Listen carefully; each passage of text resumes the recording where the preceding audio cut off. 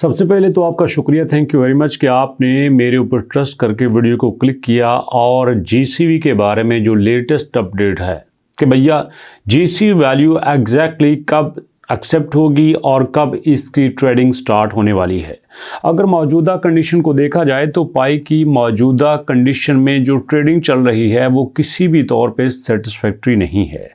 अगर आप अभी लेवल देखें तो 0.1939 पे है। हो सकता है जब ये वीडियो आप तक पहुंचे तो थोड़ा सा फर्क आ चुका हो, लेकिन मुझे नहीं यकीन कि ये 0.20 को क्रॉस कर सकता है। अगरचे अभी के टाइम पे पाई की प्राइस में कुछ बेहतरी दिखाई देती है, लेकिन वीडियो रिलीज होने के टाइम पे इतना भी बड़ा यहाँ पे कांड नहीं होगा कि ये 0.20 को बहुत बड़े मार्जिन से क्रॉस कर जाए। तो इसका मतलब ये है कि पाई की जो वैल्यू हमें मौजूदा दिखाई दे रही है इसमें कोई बड़ा चेंज नहीं आने वाला।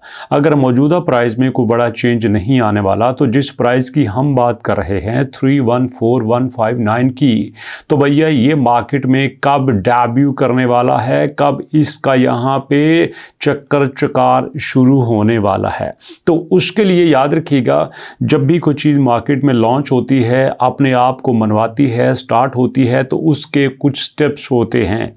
जैसे हमने देखा कि हमारे पास पाई कॉइन लॉन्च होता है, पाई कॉइन के लॉन्च होने के टाइम उन्होंने कहा कि भैया पाई की लॉन्चिंग के भी कुछ स्टेप्स होंगे और उनमें आप देख सकते हैं कि पहला स्टेप उन्होंने कहा था कि पाई तो अभी बीटा वर्जन में है। ये 2018-19 की बात है जब किसी के तसव्वुर में भी नहीं था कि पाई कॉइन लॉन्च हो सकता है। और मैं आपको जनरल बात बताऊं, उस वक्त तो शायद लोग क्रिप्टो को जानते ही बहुत कम थे, बहुत ही कम जानते थे।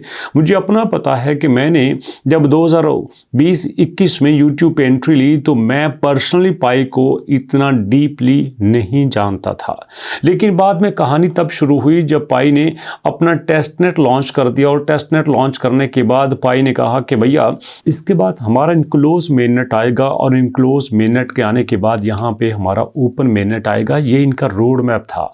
अब मज़े की बात इसमें यह है कि जब पाई लॉन्च होता है तो लोग कहते हैं कि पाई के लॉन्च होने के बाद ओपन मेननेट ऑटोमेटिकली लॉन्च हो चुका है।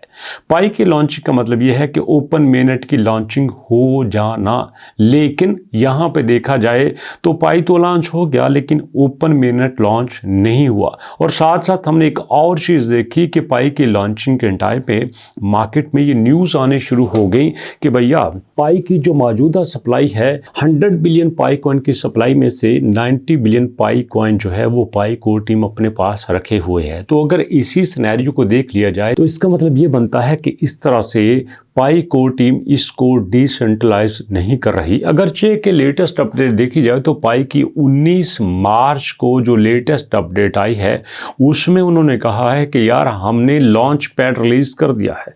अब लॉन्च पैड रिलीज करने का मतलब यह है कि लोग यहाँ पे आएंगे, अपने टोकन बनाएंगे, टोकन को यूज़ करेंगे। टोकन के यूज़ करने से पाई की यूटिलाइजेशन होगी और पाई की यूटिलाइजेशन के बाद ऑटोमेटिक इसकी डिमांड में इजाफा होगा और डिमांड में इजाफा होने के बाद इसकी प्राइस में भी इजाफा हो सकता है। बट क्वेश्चन इज़ दैट कितना भी इजाफा हो जाए तो हम जिस वैल्यू का हम इंतज़ार कर रहे हैं 314159 की थ्योरी वो कब पूरी हो सकती है। अब यहाँ पे स्यापा ये है कि कुछ लोगों का मानना है कि भैया ये जो थ्योरी है ये लोगों की अपनी ड्राइव की हुई है। पाई कोर टीम ने इसमें कुछ भी ड्राइव नहीं किया। पाई कोर टीम ना इसको रिजेक्ट करती है ना इसको एक्सेप्ट करती है। पाई कोर टीम ने किसी भी प्लेटफॉर्म पे इसके बारे में कभी खुल के बात नहीं की। तो सवाल ये भी बनता है कि अगर ये थ्योरी पाई कोर टीम की थ्योरी के साथ मैच नहीं करती, उसके अगेंस्ट है, ये फैक्चुअल नहीं है, रियल बेस नहीं है, ये मार्केट में लोगों को अट्रैक्ट करने के लिए है, तो सवाल ये बनता है पाई कोर टीम बार बार इसको रिजेक्ट क्यों नहीं करती? करना चाहिए ना। अगर पाई कोर टीम इसको रिजेक्ट नहीं कर रही तो इसका मतलब ये है कि पाई कोर टीम भी ये चाहती है कि जीसीबी का मार्केट में हल्का सा नैरेटिव चलता रहे और जो कि चल रहा है। और मैं क्लियरली आपको बात बता दूं, यहाँ पे हमें एग्जैक्ट टाइम का तो नहीं पता कि पाई कोर टीम जो है वो जीसीबी को एक्सेप्ट कब करेगी, लेकिन मैं इतना ज़रूर बता देता हूँ कि पाई कोर टीम जीसीबी के बगैर पाई को चला ही नहीं सकती। जी जी हाँ, बेशुमार कम्युनिटी ऐसी है जो सिर्फ जीसीबी की वजह से पाई के साथ चल रही है। अगर आज पाई को टीम क्लियरली ये बात कह दे, किसी भी एंगल में क्लियरली कह दे कि जीसीबी वैल्यू को हम सख्ती से कंडेम करते हैं, जीसीबी वैल्यू को हम सख्ती से कंडेम करके इसको ख़त्म करते हैं, आज के बाद अगर कोई जीसीबी के लिए बात करेगा हम उसके खिलाफ लीगल एक्शन लेंगे। तो भैया मैं पूरे सबूत के साथ, पूरे दावे के साथ ये बात कहता हूँ कि यहाँ पाई को टीम ख़त्म हो जाएगी। पाई यहाँ पे बिल्कुल नहीं चल सकता, क्योंकि अगर पाई चल रहा है तो वो सिर्फ जीसीबी की वजह से ही चल रहा है। और ज़ाती तौर पे मैं समझता हूँ कि जीसीबी कोई इम्पॉसिबल चीज़ नहीं है। क्रिप्टो में इससे भी बड़ी बड़ी यहाँ पे इंप्रूवमेंट हुई है। अब कोई बता सकता है कि जो बिटकॉइन 0.004 से स्टार्ट हुआ था, ये बड़े कम लोगों को पता है। कम लोगों को पता है कि आपका बिटकॉइन 0.004 से स्टार्ट हुआ था। तो 0.004 से स्टार्ट होने वाला बिटकॉइन अगर 1,26,000 पे जा सकता है तो उससे 10 गुना 20 गुना बड़ी प्राइस पे लॉन्च होने वाला पाई कॉइन 3 लाख पे क्यों नहीं जा सकता। हाँ, एक बात आप कह सकते हो कि जैसे बिटकॉइन 2009 में स्टार्ट होता है और 2025 में वो अपना 1,26,000 को टच कर लेता है, उसने 16 साल तय किए हैं इस सफ़र पे आने में। ये तो मैं नहीं कहता कि इसको 16 साल लगेंगे, उसकी वजह ये है कि आप देखो दुनिया में पैसा कितनी तेज़ी से बढ़ रहा है।